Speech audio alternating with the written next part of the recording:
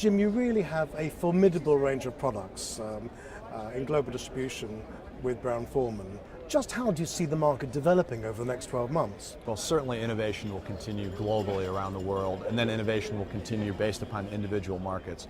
So you'll look at North America, for instance, where the American whiskey category is doing so well. You'll start seeing innovation in that part of the world targeting consumers who are leaving North America, where we're really the home place of North American whiskeys, whether it's bourbon, Canadian whiskey, Kentucky whiskey. So just how important do you see premiumization?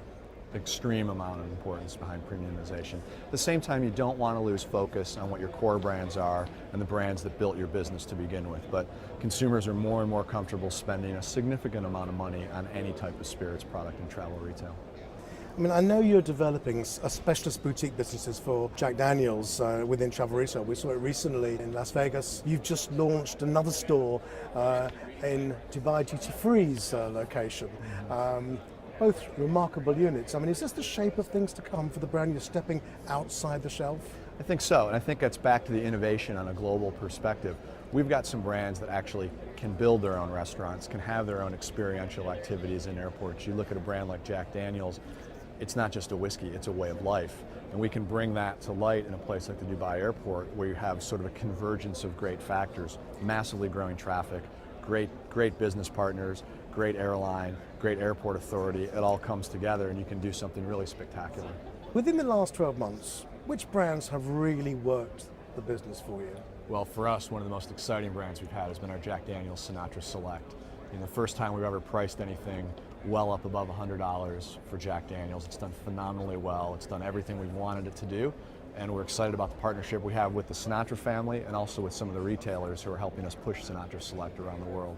It's got us thinking more and more about premiumization at a higher and higher level. But you really are stepping out of the box, aren't you, in terms of what you're trying to do with that particular brand? Yeah, and the brand's ready for that, and the consumers are ready for that. They're telling us where we need to go, and so listening to the consumers and listening to what they want is what's helping us innovate. Social media and social responsibility are really two major platforms for the business.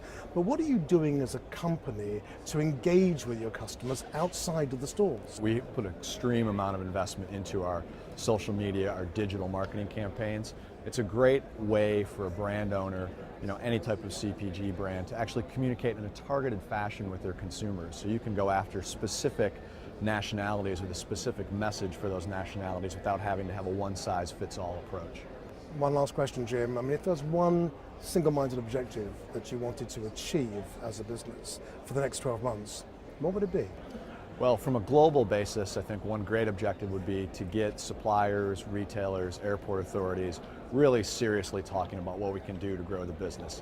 We have efforts to do that, but it still hasn't been, I think, done in the way that we need to get a critical mass of people involved to show what the shopping experience can be around the world, to show what the revenue experience can be for the airport authorities, because many of them are government entities that need all the revenue they can get, and we can be a solution to part of their problems. Okay, so you lead the solution, but do you find that you're having to work that much harder trying to get them to understand and redefine what retail theatre can be? Absolutely, and it's a bit of it's in the eye of the beholder.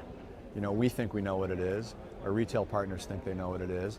Airports have a completely different set of dynamics that they're dealing with, whether it's security, passenger comfort, all those types of things. And we all have to get together and figure out how we make that work for all of us. So is your target the usual suspects who can do something, or the ones operating at slower speeds, where actually perhaps there is a bigger overall opportunity? Yeah, that's a great point, because if you get those airport authorities in those locations that aren't comfortable doing it, you get them comfortable doing it, you add that to the critical mass of airports that currently understand the retail environment, then I think you've really done something amazing for the industry. Good stuff, Jim. Thanks so much. Thank you.